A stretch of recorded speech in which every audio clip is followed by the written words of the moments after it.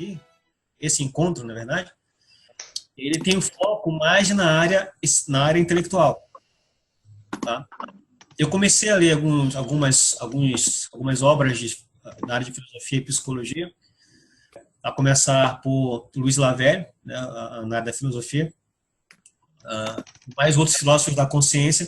Só que aí eu encontrei um material que me chamou muita atenção, que ali me pareceu tudo reunido, de uma certa forma, que foi o livro do educador francês Júlio Paillaud, tá, que viveu lá no século XIX ainda, né, já faleceu pouco depois do século XX, no início do século XX, ok?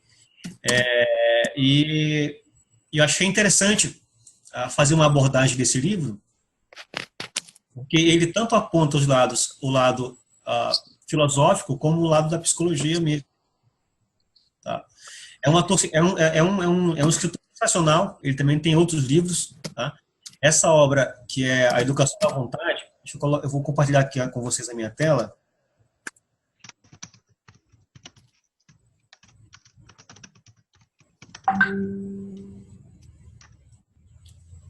Ok?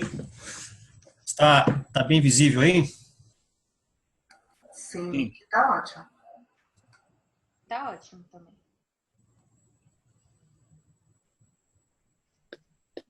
Dá para ver bem aí o slide, né? Dá. Nossa, essa ferramenta é sensacional. Ela criou um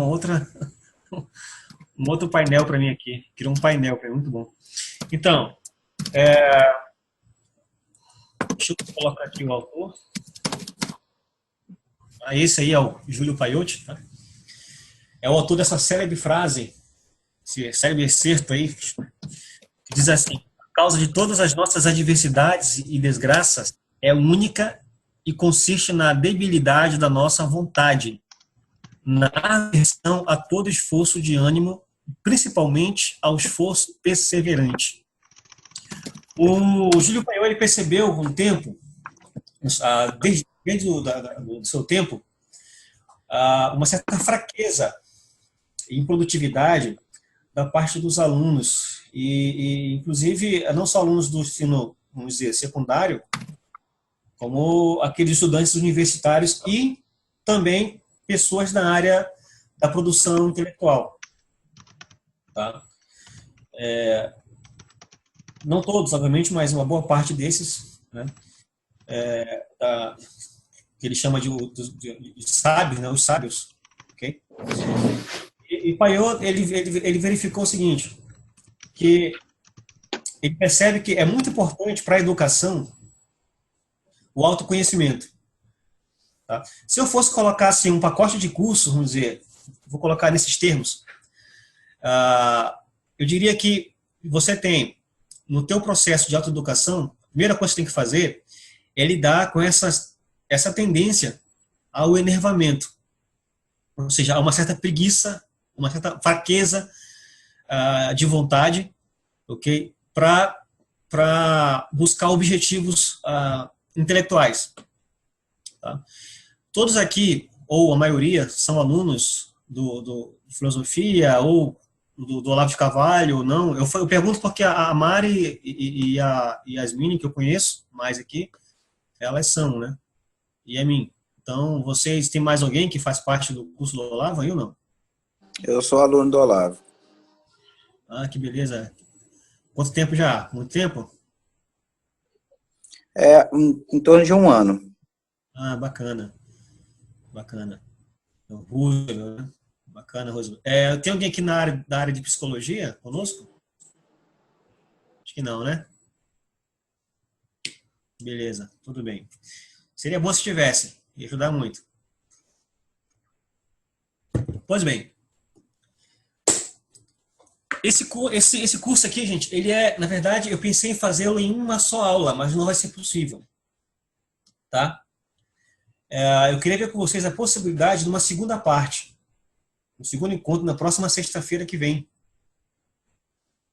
Tá? Para que a gente passe...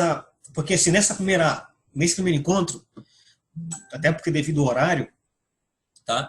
Eu vou tratar primeiro do que tange a possibilidade de educar à vontade, que vai mexer muito com o autoconhecimento de vocês. Tá?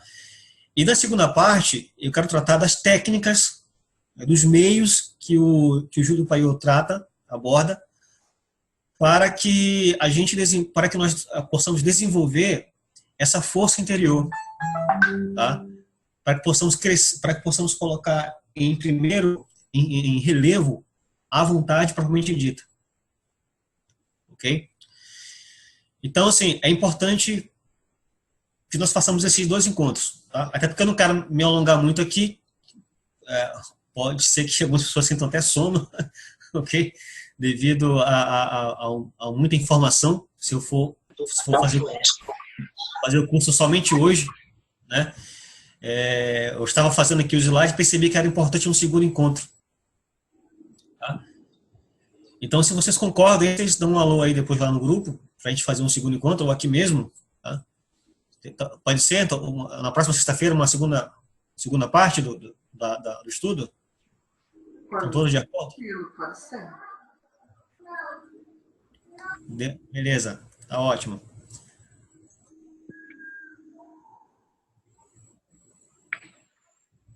Ótimo, ok. A maioria tem digitando, beleza, ótimo, bacana. Então, a gente faz um segundo e último encontro na próxima sexta-feira, para terminarmos o estudo, tá bom? Eu vou também disponibilizar esse slide para vocês, tá? E o livro, se vocês também quiserem, no final Assim, é um livro muito ruim, em termos de português, tá? Por ser um escritor muito antigo, foi feita uma tradução de um português muito antigo também. Tá? Não vai ter umas formas de ortográficas e sintáticas que vocês vão achar estranho, ok? Tá diferente da nossa atual, tá? Então, quem tiver interesse também em ter o livro seria bom, tá? Vai ser bom também. Tá? Não tem ele impresso mais. Não existe mais uma versão dele impressa.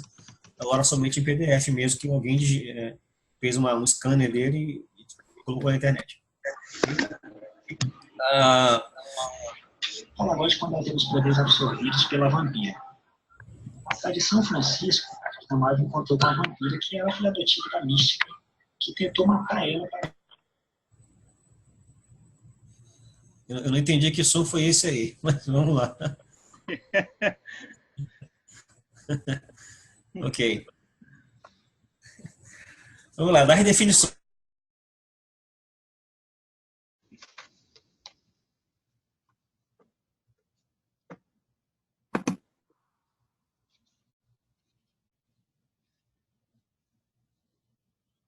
Tá sem áudio. Sem áudio. Aí. Voltou? Voltou. Tá. Ok. Pois bem. Deixa eu correr aqui então. Vontade, tá? Existe uma dificuldade assim, na pessoa comum em perceber, aliás, já existia essa dificuldade até nos sábios, né? Sócrates e Aristóteles, eles divergiam em relação à essência da vontade, na alma. Tá? Você lê o De Anima de Aristóteles, você vai ver que ele tem uma boa abordagem na forma de discordar de Sócrates em relação a essa tendência, essa inclinação da alma mesma, que é chamada de vontade. Tá? Para Aristóteles, a vontade... Para Aristóteles, Sócrates errou em tentar, por exemplo, convencer aquele júri que estava julgando ele, porque ele desconsiderou o fato de que aquele júri, né, não estavam, de fato, querendo, na verdade, deixá-lo ganhar, né, absolvê-lo ele. Então, ali já foi uma prova para Aristóteles, né, de como Sócrates errou nesse ponto, de não acreditar que existe essa força interior, que é a vontade, que se distingue, tá, do desejo e do livre-arbítrio, da deliberação mesma, tá? Da tomada de decisão, da livre decisão do indivíduo. Tá? Em termos tomasianos, em termos de São Tomás de Aquino, é definido, e não diferente do termo aristotélico, a vontade é definida como um apetite intelectual, tá? Na qual há uma inclinação para o que é bom e verdadeiro, para o bem e a verdade. Parece estranho você ver isso nas pessoas, né? Porque como é que eu posso ver, por exemplo, naquele indivíduo marginal, por exemplo, que existe essa inclinação nele para o bem e para o que é elevado? Bom, aí é que está um problema, porque mesmo essas pessoas que nós não conseguimos ver essas características, o que há de fato nelas é que elas não têm, de fato, uma vontade educada. E o Júlio Paiô, ele aponta algo interessante em relação ao ensino desde a época, e isso ainda continua muito atual, tá? Quando ele critica as escolas, o trato das escolas para com os alunos, né? Que as escolas, na verdade, elas não trabalham a educação da vontade. O aluno, por exemplo, você vê hoje, ele se esforça em termos de recompensa, por exemplo. Eu tenho que passar de ano porque eu tenho que estudar, porque eu tenho que passar de ano, porque eu tenho que ter um futuro aí na frente, futuro profissional, certo? Ou então eu tenho que fazer isso porque o pai e a mãe quer, certo? E há métodos pedagógicos que, inclusive, que o próprio Paiô critica. Por exemplo, o que eu vejo hoje muito acontecer nisso é o tal do construtivismo, né? Que é aquela coisa da competição, tá? Entre os alunos, né? Aquela coisa de existir assim, aquela coisa de recompensa por cumprir um trabalho ou uma atividade qualquer na sala de aula, mas sempre o fim último na verdade, a conclusão do estudo, não é nada mais do que isso, né? Então o Paiô, ele critica muito esse lado das escolas. E mesmo naqueles que já estão no nível superior, já estavam no nível superior, ele também tece críticas a esses indivíduos, porque por mais que eles se esforcem, que eles empreguem um número de força, uma quantidade de força para se dar bem, para cumprir, né, a carga toda de pesquisa do programa da faculdade, né, ele sempre se mantém num nível de um medíocre, tá? Não tão assim, medíocre no sentido assim, no mediano mesmo, tá?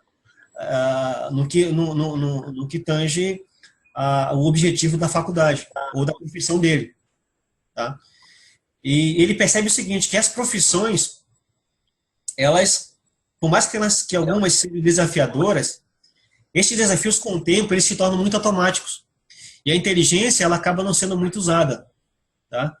Ela não é exercitada com o tempo, porque seja ele um professor, um advogado, um engenheiro, né, com o tempo, aquilo que no começo era desafio, com o tempo passa a ser algo muito natural, né?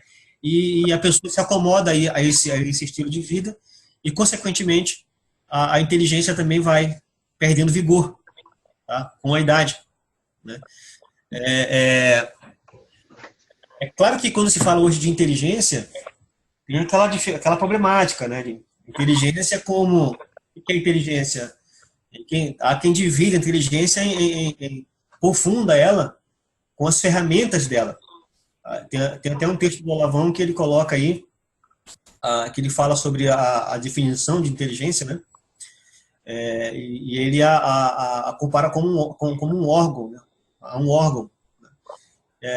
E deixa bem claro que existe a distinção entre as ferramentas, que são raciocínio, que hoje passaram a chamar de inteligência, por exemplo, matemática, inteligência espacial, né? Inteligência emocional e tal, sendo que, na verdade, isso são apenas faculdades, ou algumas são ferramentas que a inteligência utiliza para inteligir as coisas, né?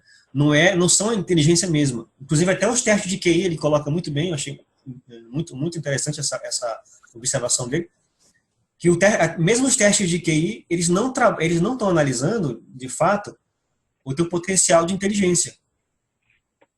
Isso é uma grande verdade, porque você pega, por exemplo, a Madonna, que tem um QI acima da média, né, internacional, acima da média, né, ela está entre esses, e você vê como é que é a vida da pessoa, né? Então é complicado. Então, assim, o que é a vontade? A vontade é aquela força que está imbricado com a tua elevação afetiva, o refinamento dos teus afetos, dos teus sentimentos, tá? E uma inclinação para o bem. De modo que essa força, ela é contínua, ela seja contínua, tá? Ela não cesse, ou quando ela tenta cessar, você já tem os meios internos de excitá-la a vir mais à tona, tá? E manter o objetivo que você quer cumprir, tá? A tua vocação, nos teus estudos e tal, ok? E ela precisa ser de fato exercitada. E com o tempo ela vai esses exercícios, nós vamos ver no próximo encontro, eles vão fazer com que se tornem habituais. Você, mecânicos, tá? Não está sentindo mecânicos. Ok? Só que é o seguinte, Peyote, ele divide aqui 2 tipos de problemas de preguiça, né, intelectual, ou de fraqueza da vontade. Tá? Primeira coisa que ele faz é dar um nome, né? Aliás, especificar bem o nome, não é ele que deu o nome, mas é o nome que a psicologia dá, né? Que é a abulia, okay? Essa fraqueza de inteligência, desculpa, da vontade. Tá? Eu coloquei um trecho aí no slide, onde ele trata do primeiro tipo, que é a languidez da alma, né? De alma, ok? Que é o mais grave, é o mais alto nível, é o mais grave nível de abulia que existe. E aí ele vai descrever um tipo de jovem, colocou um modelo, né, um padrão. Ele coloca assim: a forma mais grave de mal no estudante é essa atonia, que é fraqueza intelectual, que se manifesta em todos os atos de um rapaz. Dorme muitas horas a mais, levanta-se entorpecido, mole, indolente e veste-se devagar, bocejando e perdendo um tempo considerável. Faz tudo friamente, tristemente e frouxamente. À tarde encontra um pouco de vigor, mas este vigor gasta-o em conversas, em discussões estéreis e, principalmente, porque todo preguiçoso é invejoso, em difamações. Homens políticos, literatos, professores, todos recebem a sua parte de crítica. Então, é aquele indivíduo mesmo que ele é o modo mais crônico de abulia. Tá? É a pessoa que está no automático, tá naquela fraqueza mesmo. Inclusive, estudantes, é muito comum isso aí, tá? Se na época era comum, hoje não é diferente. Encontrar esse tipo de abulia, esse nível de deficiência da vontade, inclusive em estudantes. Tá? Só reforçando de novo aqui que o livro do Peyote sobre a redução da vontade, ele é voltado só para os estudantes e aqueles que querem seguir na vida intelectual. Tá? Falando essa reforçada aí. Mas eu tenho dificuldade de estipular metas para conseguir um emprego ou para cumprir a meta do trabalho. Isso pode também ser útil. Tá? Mas o foco mesmo, toda a metodologia que vai ser utilizada aqui é voltada para aquele que quer se tornar um intelectual. Tá? Mas é mais do que seguir um script que a sociedade coloca, que as escolas, as faculdades colocam. Tá? É ir mais além. Porque com o tempo, eu não sei se vocês acreditam nessas, assim, eu tenho uma certa reserva em relação a essa ideia de terceira idade. Parece que a pessoa chega à terceira idade quando chega à sua velhice, né? Terceira infância, né? Perdão, é terceira infância que colocam, né? Então o cara se torna, hoje é comum ver velhos infantis. É um negócio que é fácil de ver. Eu conheço muito no meu meio, que são pessoas que não têm uma afetividade muito precária, assim. Tá? Então é uma coisa lástima até. Tanto ela, parece que eu estou exagerando aqui, mas o próprio Paoli fala, né, que o desgaste da sociedade é exatamente esse problema da agonia. Porque a vontade, o intelecto, né, ele depende muito da vontade. Tá? Há que se perceber também uma tautologia, quando se fala que a vontade, quando se usa o termo força de vontade. Tá? Na verdade, isso é uma tautologia. A vontade em si é uma força forte, aliás, intensa ou mais fraca. Isso vai depender muito de como o indivíduo educa isso. Né? Então, por isso que eu falei no começo que se fosse colocar um programa, eu colocaria primeiro um programa de crescimento aí na autoeducação, primeiro o indivíduo se conhecer para educar à vontade. Tá? Primeiro, educar à vontade. Depois vem o imaginário, educar a imaginação, o imaginário, o depósito de imagens no qual a tua vida e teus atos acabam se baseiam. As tuas decisões se baseiam nesses depósitos de imagens que estão intimamente ligados com os seus estados afetivos. Tá? Se você pensar numa figura qualquer, você não está só pensando naquela figura ou naquele acontecimento que você viveu ou que você viu, presenciou. Imbrincado com aquela figura, com aquela imagem, há um estado afetivo. Se você for depurar pela análise, for separar, dividir, colocar em partes, você vai ver que existem estados afetivos que estão linkados com essas imagens. E educar à vontade é trabalhar no âmbito afetivo. Tá? Isso é que é o importante. O segundo tipo de abulia que o Paio coloca é o tipo disperso. Ou ele vai usar um intelectual, que agora não me recordo o nome, que ele utiliza a expressão espírito de mosca. Coloca assim, ó, certo mancebo é vivo, alegre e enérgico. Raras vezes está sem fazer nada. Durante o dia, leu algum tratado de geologia, um artigo de Brutier sobre Racine, percorreu vários jornais, releu algumas notas, esboçou um plano de dissertação, traduziu algumas páginas de inglês. Não esteve inativo durante um único instante. Os seus camaradas admiram seu poder de trabalho e a variedade das suas ocupações. Todavia, devemos designar este mancebo com o nome de preguiçoso. Agora, por que todos esses esforços o Paiote viu por, no fundo, uma preguiça? O indivíduo que... eu vejo isso muito... Eu tenho conversado com algumas pessoas que passam, inclusive alunos mesmo do curso de teologia, de filosofia e tal, que é o seguinte, o cara começa a estudar sozinho, ele começa a pegar materiais esparsos, ele começa a ler, hoje ele está estudando, por exemplo, não sei, literatura, amanhã ele já vai para uma coisa mais sólida, mais avançada, tá? E assim vai, e outro dia vai pegando outras coisas, e todo aquele material desconexo, ele acaba não produzindo nada para ele mesmo. Aquilo acaba não gerando nada nele. Aquilo acaba, na verdade, sendo só um recreio, ou uma tentativa, ou uma ansiedade, uma expressão de ansiedade, de querer chegar num ponto cortando caminhos.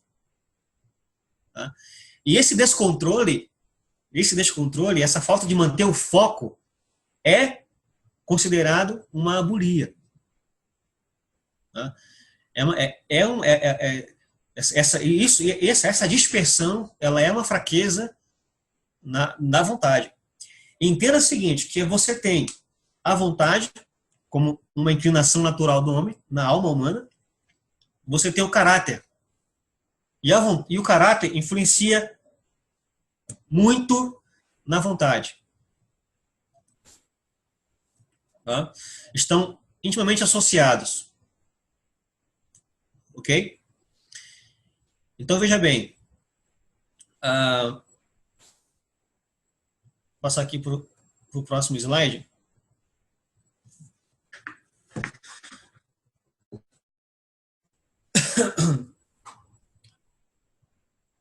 Há alguém aqui entre nós que discorda do fato de que o caráter pode ser alterado, ou tal como Kant e Schopenhauer, e isso, uma vez escolhido, é para a vida toda. Alguém que discorde aí? Que discorde de Kant e Schopenhauer? Eu discordo veementemente de Kant e Schopenhauer. Tá? E não só porque eu li o livro esse livro do Júlio Paiô, como eu também tive essa experiência, né? Eu vivi isso daí. E vivo também. Obviamente eu não sou perfeito. Mas a ideia é o seguinte. O que é o caráter, segundo a colocação aí do autor? Para ele, o caráter é o seguinte. Para ele, e que eu vejo isso na realidade. Tá? É, na verdade, um conjunto de forças, tá? Bem diferentes, heterogêneas, tá? E que elas podem ser, que ela gera uma resultante. Tá? Então, o que seria essa resultante? Essa seria o caráter. Então, um indivíduo que tem, por exemplo, o medo,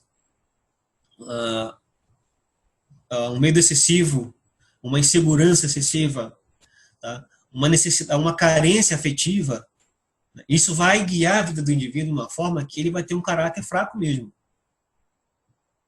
Certo? Que as respostas dele à existência vão ser de uma pessoa que, ou ela vai, por exemplo, acatar as ideias que ela recebe do entorno, sem menor julgamento, né? Ou ela vai querer agradar o entorno, agradar o seu círculo de referência, né? Fazer o jogo do entorno. Enfim, a pessoa não consegue dar uma resposta de força à existência mesmo. Tá? E claro que isso aí também está imbricado muito com a educação infantil, né? A educação familiar. Né? Eu não vou entrar aqui em muito detalhe sobre isso para a gente não se alongar, porque a coisa é bem longe. Ok? Só detalhe, fiquem à vontade para fazer algum comentário, viu, pessoal? Fiquem à vontade. Quem quiser aí, só levanta o dedo aí que eu abro espaço aqui, eu falo aí. Tá? Eu quero falar alguma coisa, você pode falar, tá bom? Eu abro espaço para você ficar à vontade para tecer algum comentário, ok? Ou mesmo se descolar de algo que eu falar aqui, também pode falar, tá? Fique à vontade, ok? Então, vamos lá. Então, o Paiô, ele enfrenta a questão da ineidade do caráter. O que é a ineidade do caráter? É se ele é inato. Se ele é inato, quer dizer que ele não é mutável. Tal como defendia Kant e Schopenhauer.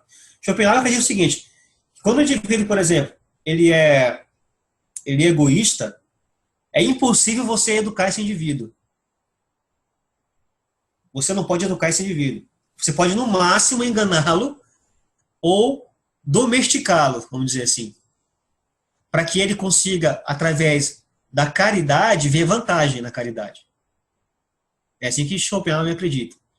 E ele fala mais, se você olhar na sociedade, quando uma pessoa comete um erro contra você, um erro grave, ou mesmo, sei lá, alguém que matou alguém, um assassino, um ladrão, um homicida, enfim, a sociedade mesmo acaba comprovando que ela não acredita na mudança de caráter, porque uma vez que a pessoa escolhe o caminho mal, as pessoas não querem mais confiar, não acreditam mais no caráter daquele infrator, né?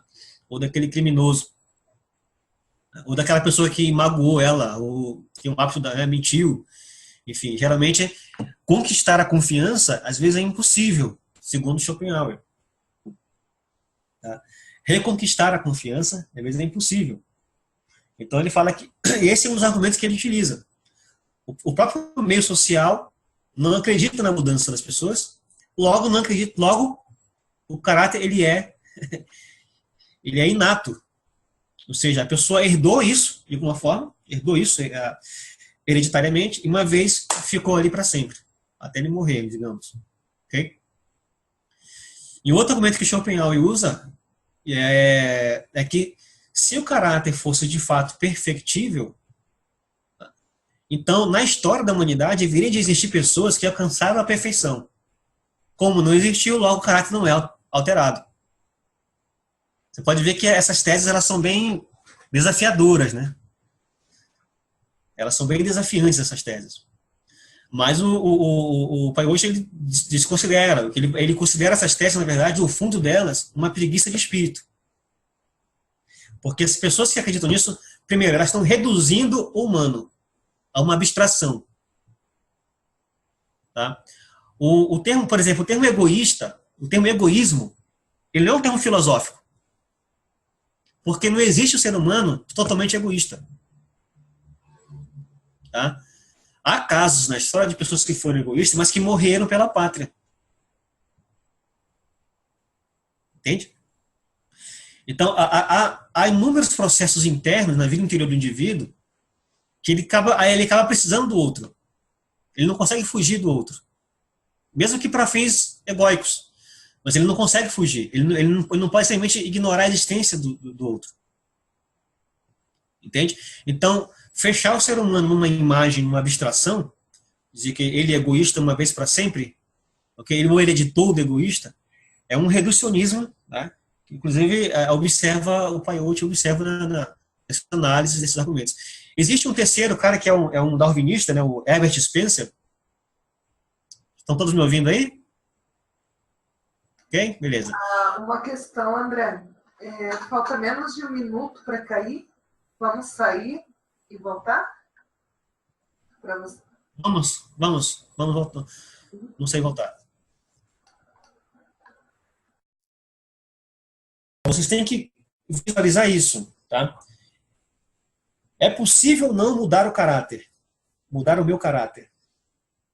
Entenda-se que se é uma pessoa que se lança a estudos esparsos, a leituras esparsas, tem uma metodologia, né? Isso não consegue manter o foco na busca de um... Por exemplo, se você faz filosofia, né, nos moldes lá do... Eu vou citar aqui o curso do Olavo, mas pode ser qualquer um outro que trabalhe com uma... Acho difícil que exista, que trabalhe com a mesma abordagem. Mas você quer desenvolver primeiro a filosofia, primeiro tem que desenvolver a linguagem. Né? Então você primeiro se esforça para trabalhar a gramática e a propriedade vocabular sua. Mas o indivíduo já quer passar para ler Zubiri, por exemplo, um grande metafísico. Tá? E aí o cara já pula etapas. Ou ele já quer ler a história da filosofia, ele já quer pegar a erudição antes do tempo. Eu começo a ler livros e mais livros, e aquilo vai ficando uma coisa tão fragmentada e tão espalhada, assim, que não forma no indivíduo, não traz vantagem nenhuma para o indivíduo. Ele não consegue absorver nada, no fundo, na verdade. Ele não consegue ver uma unidade naquilo. Então, essa dispersão é um problema, tá? Para o teu desenvolvimento intelectual. É um grande problema. E fora outras áreas da tua vida mesmo, questão do caráter, né? Da tua fraqueza, de lidar com algumas encrencas da vida, né? Que a vida te impõe, certo? Se você é aquela pessoa que se submete facilmente, tá? Aos desafios, às barreiras, né? Aos desafetos do dia a dia, ok? Isso também demonstra uma fraqueza no teu caráter. Tá? Então, o que o Paioti ele defende é que é o seguinte: além de ser mutável o nosso caráter, você pode manter ele no nível durante a tua vida toda através do exercício da educação da vontade. Tá? Que sem isso não vai longe. Sem isso você não vai longe mesmo. Ok? E o Paioti, ele voltando aqui para o assunto, ele bate de frente também com a teoria de um darwinista chamado Herbert Spencer, okay? Onde Herbert Spencer defende que é possível sim mudar o caráter, tá? Só que é um processo evolutivo muito demorado. Um século não é possível ainda mudar o caráter do indivíduo. Mesmo que é preciso forças externas para excitá-lo a mudar o caráter, mas mesmo essas forças externas não são possíveis fazê-lo mudar em tão pouco tempo. Tá? Então, quer dizer, no final das contas, o que Spencer está fazendo é impossível, na verdade. Desista de tentar Porque você não vive mais de um século. Você não vive nem um século. Quando muito, né? Ok? Quando muito, você vive um século. Certo? Mas, no final das contas, existe... Hoje, a psicologia moderna, ela é contra a vontade. Tá? Eu recomendo muito mesmo a leitura do livro do David Limp, esse psicólogo, em que ele critica bastante a questão da psicologia atualmente. Tá? E ela é, de fato, contra... Né? Ela não acredita mesmo, até porque por ter um viés nietzschiano, tá? E Nietzsche, por sua vez, também não corroborava a existência da vontade, né? Ele dizia que era algo muito excepcional do ser humano, ok? A filosofia acabou pegando esse gancho, a filosofia não, desculpa, a psicologia moderna, tá? E que não é a mesma psicologia, a psicologia que defende o Júlio Paiô aí na época dele, tá? Que baseado na observação, na meditação, tanto da psicologia como da filosofia, ele acredita e defende com muitos exemplos, tá? Inclusive o método que ele utiliza é para provar como é possível mudar o caráter, né? Através de empregar os exercícios que ele vai dispor aí, ok? E o último grupo de aqueles negativistas do caráter, da educação da vontade, está aqueles teóricos do livre-arbítrio, do qual o Júlio Paiô ele também batia de frente. Existiam esses teólogos da época e que diziam o seguinte: não, o indivíduo ele é livre, tá? Ele é livre, só que essa liberdade para ele basta. Ele pode superar o seu certo? Mas essa liberdade dele de decidir sobre liberar esses vícios, ela é total. E que o Júlio Paiô fala que não. E com muita propriedade ele fala que não é mesmo. Ok? Acho que tem alguém falando aqui alguma coisa no chat.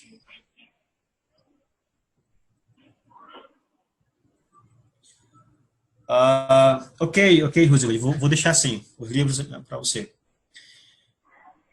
Pois é. Então é o seguinte, como eu estava falando aqui mesmo, deu branco agora. Ok.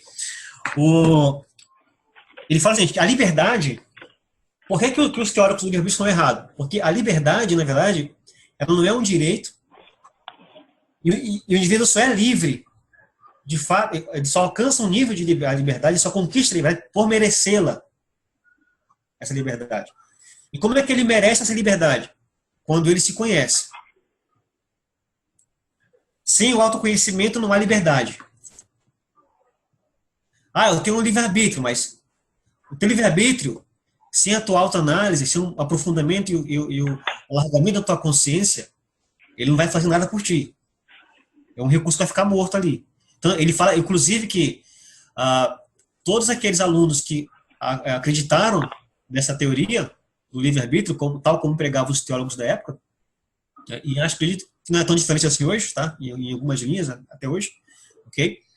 A grande verdade é que aqueles alunos eles se desmotivavam na vida de santidade, naquela busca de crescer espiritualmente, né? E ele fala, então é um exemplo de que essa teoria do livre-arbítrio é falsa. Há um elemento faltante aí que é a autoconsciência.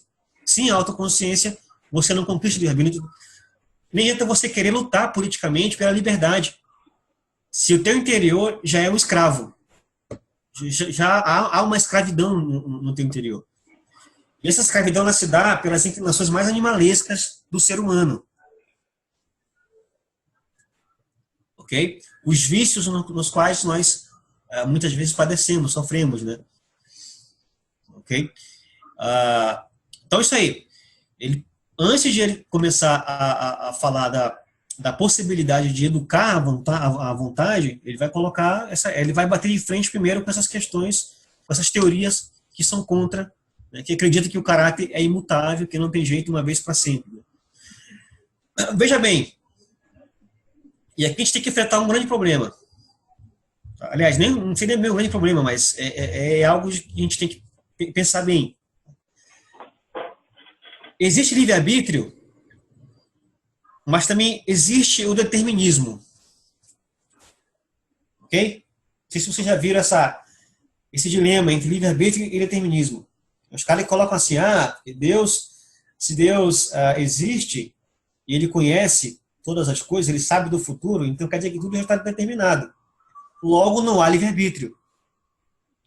Né? Se Deus já determinou, né? E mais embaixo é colocado o seguinte, se há tendências de um ser humano na qual ele não tem controle, ele não tem poder sobre essas tendências, e que o controlam, inclusive até mecanismos neurológicos, cerebrais, okay?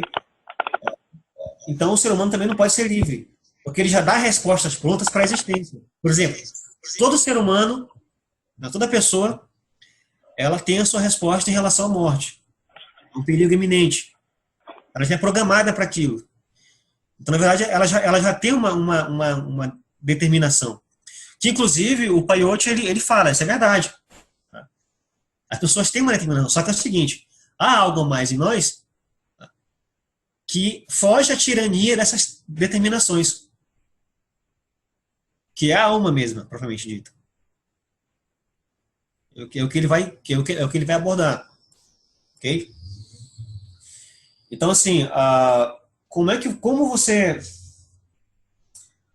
pode deliberar sobre as coisas se você já tem certas leis dentro de você, princípios, inclinações e tendências, instintos teus, que reagem como que automaticamente diante de algumas situações da vida, e que você não delibera, você não escolhe. Então, pode falar o seguinte, olha, peraí, nós conseguimos a liberdade não nos opondo contra a nossa natureza. É pelo contrário, conhecendo a nossa psicologia, conhecendo nossos recursos psicológicos, manipulando-os, lidando com eles, tá? Para que a gente consiga obedecer à natureza de forma que ela, na verdade, não seja um empecilho para o nosso crescimento. Ok? Então, é através dessa forma que dominamos a nossa natureza, obedecendo, ele fala assim, né? Nós não dominamos a natureza por completo, senão obedecendo-a. Mas esse obedecer requer um conhecimento de si. Ok?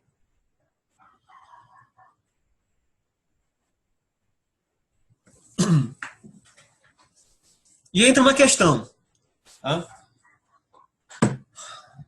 É possível desenvolver a vontade só por teorias, por teses, só por ler livros?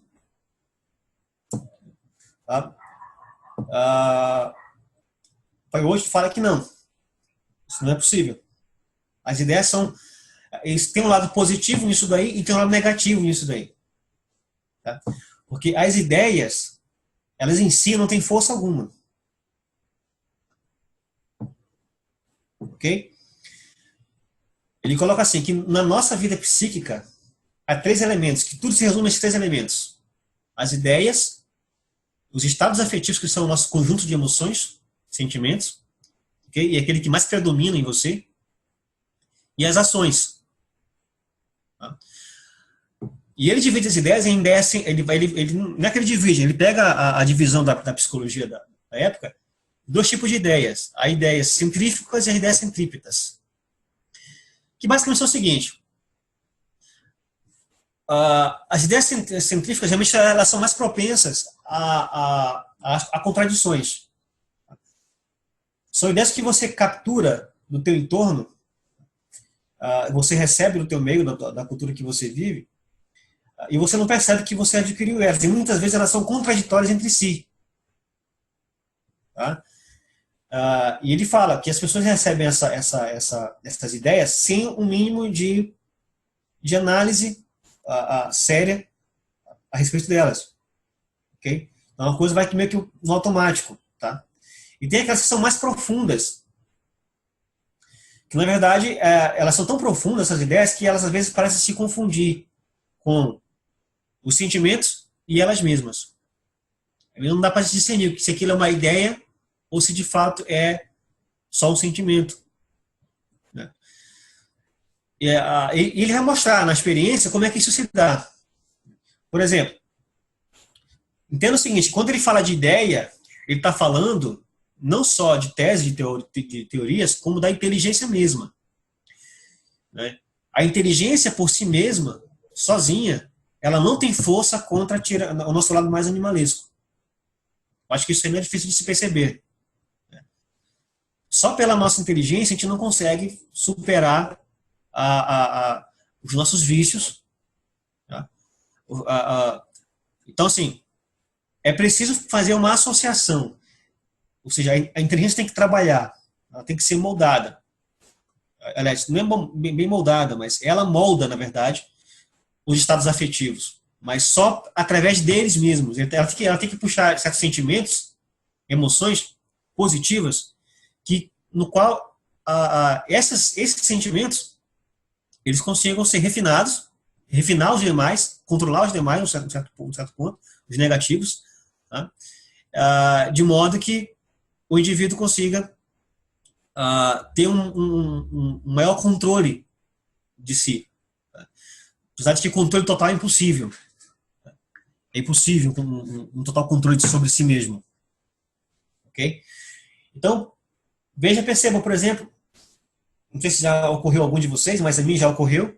Tá? Você está no quarto, de madrugada você acorda com aquele terror, de repente você de súbito você acorda com aquela sensação de lúgubre mesmo, assim, pesada, e você vê que não tem nada ali ao teu redor, certo? E você quer fazer cessar aquele sentimento, você vê que aquilo é irracional.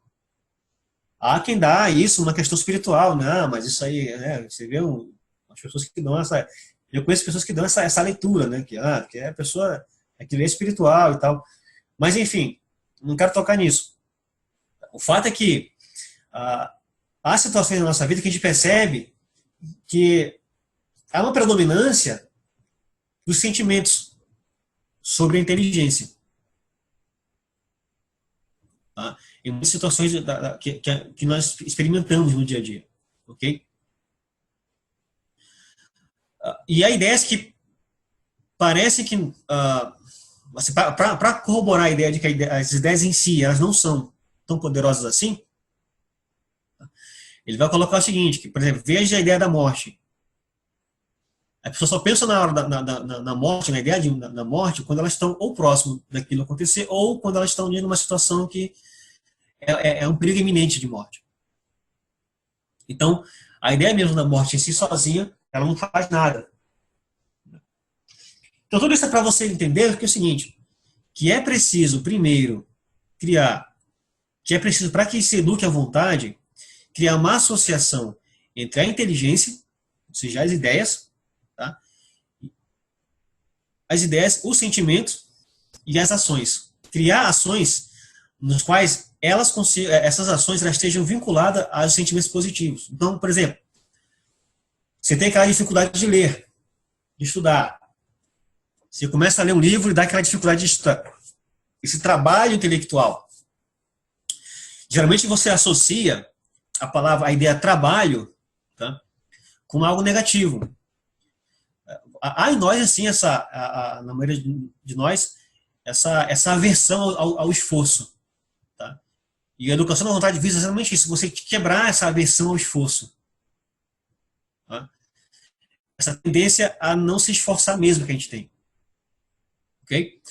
E como é que é possível fazer isso? Ele vai falar, né, criando estados afetivos adequados, ok? Que você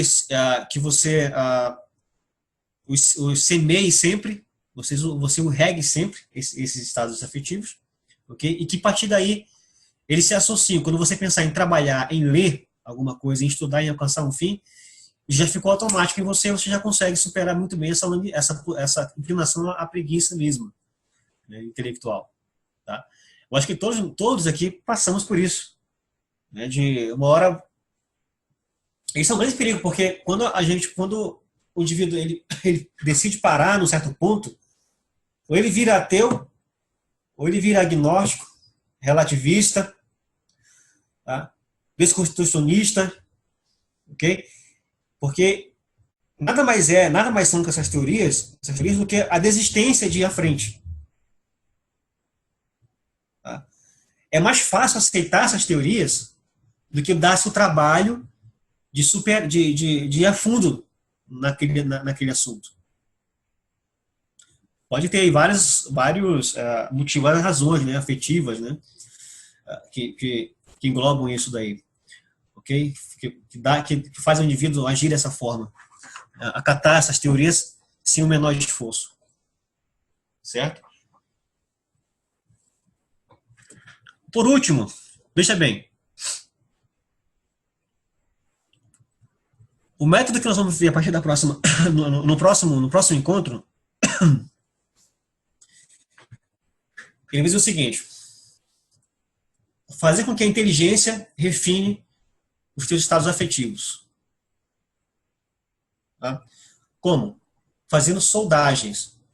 Soldar quer dizer fazer associações entre ideias, tá, e sentimentos, de modo que eles são como que reflexos mesmo no teu dia a dia, na tua prática diária de buscar, de crescer na vida intelectual, tá? No trabalho intelectual, ok? É claro que aqui eu não estou ignorando alguns fatores da vida do indivíduo. Não sei se vocês sabem disso, mas existem tipos de orfandade hoje em dia. Pessoas órfãos, o mundo hoje está cheio de pessoas órfãos, órfãos de pais vivos até. Tá? E isso, essa questão da sua estrutura afetiva está muito imbrincada com o teu relacionamento paterno e materno na infância. E muitas vezes os efeitos negativos que daí geram, eles não são percebidos pelo indivíduo. E muitas vezes o indivíduo ele escolhe uma profissão, por exemplo, ou ele escolhe um caminho na vida, acata uma ideologia, uma ideia, uma cosmovisão, que na verdade é nada mais do que a ação da inteligência para tentar, por outros meios, suprir a carência, as deficiências na educação dela, no relacionamento pai e mãe. Uma vez que o indivíduo perde as referências, né, isso acaba também influenciando na inteligência. Completamente. Agora, é possível, veja bem, deixa eu só voltar um pouquinho mais aqui. Você tem a orfandade, tá, de pais vivos, você tem aquele órfão, obviamente, que é o termo literal, tá, de pais falecidos, e você tem aquele órfão absoluto, que é aquele órfão que nunca conheceu o pai e a mãe. Nunca conheceu o pai. Tá? Eu me enquadrei nesse tipo. Tá? Eu não reconheci a minha origem paterna, tá? E me preocupei muito com isso, porque isso acaba influenciando na tua autoeducação. Não adianta você querer se ornamentar de intelectualidade, né, de criar uma casca aqui externa, que dá aquela aparência de uma pessoa que é equilibrada, que é culta, que é tal, se o teu interior, ok, na verdade esconde uma fraqueza, esconde certos vícios que estão muito imbricados com o teu passado.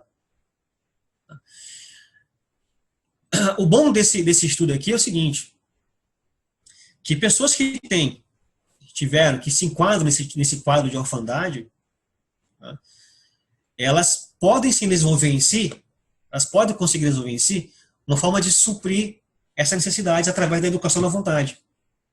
Ou seja, através da busca intelectual. Há pessoas que buscam a vida intelectual sem perceber para suprir essa necessidade. Para tentar consertar de uma forma essa deficiência que ocorreu na sua relação afetiva, que é muito sutil. Ela é muito sutil. Ok? Então, basicamente, gente, é isso que eu queria passar para vocês, que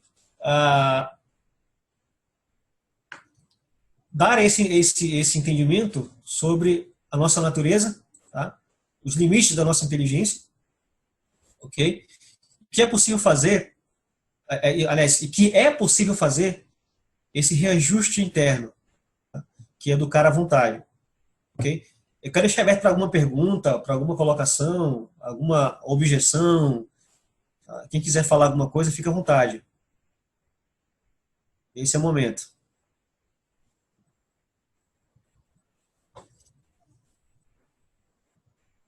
Está claro, está obscuro.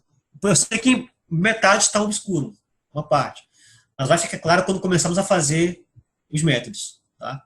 Na segunda aula, algumas coisas que talvez ficaram aqui obscuras, na segunda aula vão ficar bem claras mesmo, porque é onde nós vamos trabalhar mais o interior mesmo.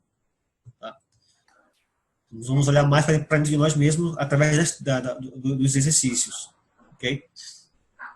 Como você citou antes, né? A educação da vontade, né, é um dos pilares básicos para iniciar a vida intelectual, né?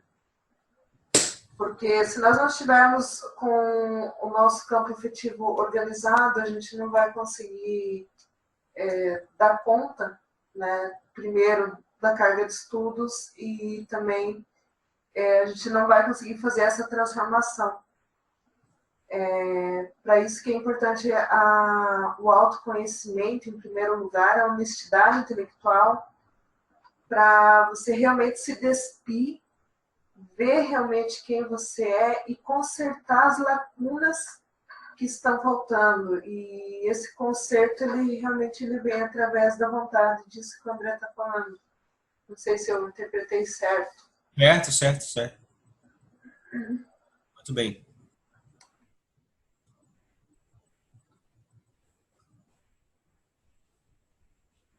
Alguém mais? Indo? Agora sim, antes não estava ouvindo. Com relação a essa questão da vontade, existem indivíduos que podem estar tão fragmentados com relação a essas questões que lhe ocorrem com diminuição da sua capacidade de concentração numa vida intelectual ou na sua vida pessoal e tal, que trata em educar a vontade. E muitas vezes a pessoa tem uma vontade tão distante que como ela pode ser ajudada de uma maneira prática? Será que somente conhecer essas lacunas trarão resultado? Boa pergunta. Na prática, como pode ser feito? Exatamente. É uma pergunta muito, muito boa. Sim, a resposta é bem objetiva. Sim, através dos exercícios. Tá? Não ficando só em teoria. É um método muito... É um livro prático. Tá? É um livro prático. Ele não se perde, ele não se limita a teorias, a abstrações. Tá? Mas eu entendo o seguinte, por que eu fiz resumidamente, essas considerações hoje? Porque se o conhecimento de vocês mesmos, embora algumas coisas pareçam muito óbvias, elas não são tão óbvias assim. Se você encarar com seriedade, você vai ver que não é tão óbvio. Quando eu falo que as ideias não têm tanto poder assim, não é tão óbvio assim. Tá? Há de analisar camadas. Então, você precisa ter tem que se ver, tá? Saber dividir. Como você consegue dividir a ideia, as imagens, as ideias e os sentimentos dentro de um mesmo, num dado quadro, num dado situação, você já está começando a entender a coisa. Entendeu? Então, no caso, é porque fica misturado todos os sentimentos, inclusive os elevados e os baixos. Eles se misturam e aí a pessoa se perde nesse paradoxo aí, sem saber o que de fato é aquilo para ser elevado e mistura esse sentimento com o seu sentimentalismo, com seus fragmentos, é uma mistura Então, a pessoa tem que se vasculhar para saber dividir aquilo que se mistura na busca intelectual e tal. É isso? Exatamente. Na verdade, até o método que o pai hoje vai usar, ele trabalha com associações de estados afetivos. Primeira coisa. Por exemplo, observa um religioso. Olha como uma coisa profunda. Pega uma pessoa religiosa, o estado de emoções dela, se você for analisar, separar cada elemento do sentimento do religioso, você vai ver muitas coisas, tipos de outros sentimentos. Tá? Você vai ver, por exemplo, o medo da punição.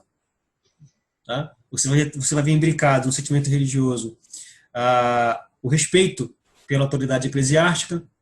Tá? Você vai ver imbricado o medo da perda, muitas vezes da perda de algum bem ou ente querido. Então você quer manter isso. Eu estou falando aqui do arquétipo, tá? Né? Que são todos assim. Tá? Você vê sentimentos de gratidão, até mesmo de gratidão. Okay? Então, muita coisa acaba formando a tua matriz afetiva. Okay? E essa matriz afetiva, ela, na verdade, ela tem que se iniciar lá na infância com o relacionamento paterno e materno. Tá? É através desse trabalho que os pais deveriam fazer. Hoje em dia, o negócio está feio. Hoje em dia está quase sendo proibido ser pai e mãe. Com certeza. Hoje em dia a coisa está ficando pesado. Você ser pai hoje em dia e ser mãe hoje em dia está se tornando uma tarefa quase impossível. Ok? Por um lado, você vê pais e mães que acabam cedendo a autoridade para os filhos. Né? Você vê também, por exemplo, tem um livro, eu altamente recomendo para vocês lerem, quem for pai e mãe aqui, tá? Tem que ler esse livro, que é um livro chamado Como Destruir o Imaginário do Seu Filho. Tá? Foi um escritor americano que fez esse livro, muito bom. Tá? E vai mostrar como que os filmes, os desenhos, como que estão se fazendo, o material didático mesmo, estão deturpando a imagem materna e paterna para as crianças. Okay? E claro que isso vai gerar jovens bem confusos, jovens rebeldes, jovens fracos, né? Adultos infantis. Okay? Essa crise que nós vemos hoje da masculinidade, que está okay, grande hoje na nossa sociedade. Okay? Então, que na educação, educar-se é isso. Entenda uma coisa, educar-se é isso. A educação está ligada em você trabalhar a inteligência, tá? Refinando os afetos, estado afetivo, através de associação de coisas. Uma criança, não sei se vocês já leram aquele livro alguém aqui já leu aquele livro do C.S. Lewis, que é a Abolição do Homem, onde ele trata muito bem nessa questão de como os símbolos e os sentimentos devem ser muito bem produzidos numa criança. Não podem ser confundidos numa criança. Então a criança tem que saber o que é belo, o que é mal, o que é bom, certo? Ela tem que ter essas experiências. Ela precisa ter esse contato com essas emoções.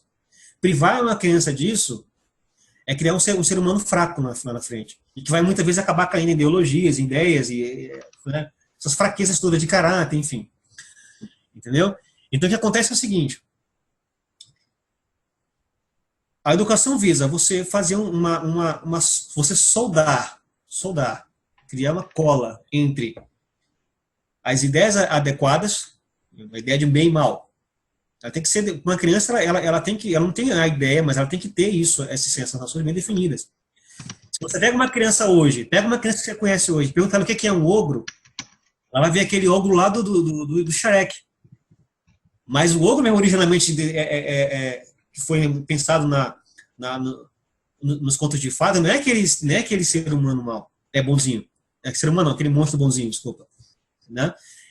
Na verdade, um ser mau. Mas tem alguma dessas coisas que consegue ver isso? Não consegue. Ela imagina, se fala de um ogro, ela vai imaginar. Por quê? Porque o nosso mundo infantil, isso não devia se perder na nossa fase adulta, devia continuar, mas se perde. Tá? A mente infantil, ela sintetiza as coisas. Ela consegue sintetizar as coisas. Então, você veja, se uma criança teve, por exemplo, um problema com o pai ou com a mãe, assim, vamos dizer, ela foi abusada não sei, ou com um parente, ou um vizinho, não sei, e você manda ela desenhar alguma coisa, desenhar o vizinho, desenhar o que ela está sentindo, na verdade, ela vai desenhar aquele vizinho ali, aquela imagem, aquela figurinha que vai representar o vizinho. Então ela sintetizou naquela imagem sentimentos experiências ali. Entendeu? Então, essa associação, tá? Não, lógico, não nesse caso de uma criança abusada, óbvio, mas essa associação para o lado da educação, ela não se devia se perder. E ela, infelizmente, ela se perde com o tempo. E isso é um grande problema para a inteligência. Tá? Porque não há como você pensar. Veja bem, essa divisão da palavra razão que tem hoje é uma divisão absurda, ridícula, pueril. E veja-se a razão, como fala-se que a razão hoje na modernidade é só o quê? É só o lado do raciocínio. Nosso lado mais matemático, vamos dizer assim, mais lógico. E não é. Né? Se você analisar bem, inclusive pelos antigos, né, você vai pegar lá a galera lá da escolástica, né, Idade Média e tal, os grandes pensadores, Tomás de Aquino, Aristóteles, Sócrates, Platão, e muitos outros, você vai ver que é o seguinte, você vê que é imbricado com o nosso lado racional, existe o nosso lado afetivo que pode influenciar muito no lado racional. Então, há, assim, o aspecto afetivo na razão, né, psicológico também, razão, e lógico também que as ferramentas com qual a inteligência utiliza para inteligir as coisas, que é o raciocínio, a memória, a imaginação. Tudo isso envolve a razão. Ok? Ok. Mais alguma coisa? Alguém quer comentar mais alguma coisa? Eu fiquei um pouco de dúvida, algo que você falou logo do início. Deixa eu ver aqui que eu anotei em algum lugar. Rapidinho. Que você falou algo relacionado na conquista da liberdade através do autoconhecimento, mas que não necessariamente lutar contra a sua própria natureza, mas sim obedecendo essa natureza. Aí isso para mim ficou um pouco escuro, porque obedecer à natureza, como seria? Se eu vou obedecer à minha natureza, por falar em natureza, estaria falando também das baixezas dessa natureza. Aí isso ficou para mim, não sei se foi que eu não ouvi bem. Tudo bem. Na verdade, eu fui propositalmente sintético aí. Né? Eu esperava que essa pergunta rolasse de alguém mesmo, ainda bem que você falou. Veja bem, quando fala em natureza, falamos de, como os antigos pensavam a palavra natureza, é diferente do que nós pensamos hoje. Mas vamos por aí. Tá? Natureza, estou falando das potencialidades, tá, do homem. Ok? Então você tem, por exemplo, quando fala que você tem que obedecer à natureza, é você conhecer os seus potenciais, ok? No qual você não pode se desfazer deles. E usar esses potenciais, obedecê-los. Porque o que é o vício, na verdade? O que é um vício? O que é o que são os defeitos, na verdade? São essa desorganização das potências. Então você, na verdade, não está obedecendo muito a sua natureza real. Não se trata de ser bom ou mal, nada a ver. Ser corrupto, ser justo ou injusto, isso aí é outra questão. Tá? Se trata, sim, das tuas potências da tua natureza. Então, como é possível fazer você usar essa potência a teu favor para que a vontade predomine? Tá? Conhecendo os processos, os recursos psicológicos. E que nós vamos estar na próxima aula com os exercícios. Tá? Senão vamos ficar aqui até mais tarde aí, não vai dar. O povo tem que dormir, né? Tem que fazer suas coisas, ter sua vida aí. Mas a ideia, ainda bem que você pegou isso aí. Tá? A ideia é essa mesmo. Eu fui sintético para poder ver se vocês fizessem perguntas mesmo. Então, deu para. Consegui te deixar claro a situação? Ficou. Tá? Vai conhecer o bem e o mal e poder estimular as potências. Exatamente. A forma está caindo. Menos de 1 minuto. Pessoal, então vamos ficar por aqui. Tá? Quem tiver dúvida, alguma coisa, alguma crítica, fica à vontade, fale, questione. E na próxima sexta-feira estamos de volta. Ok? Muito obrigada. Valeu. Abraço. Obrigada. Boa noite para todos. Boa noite. Espero que tenha sido útil.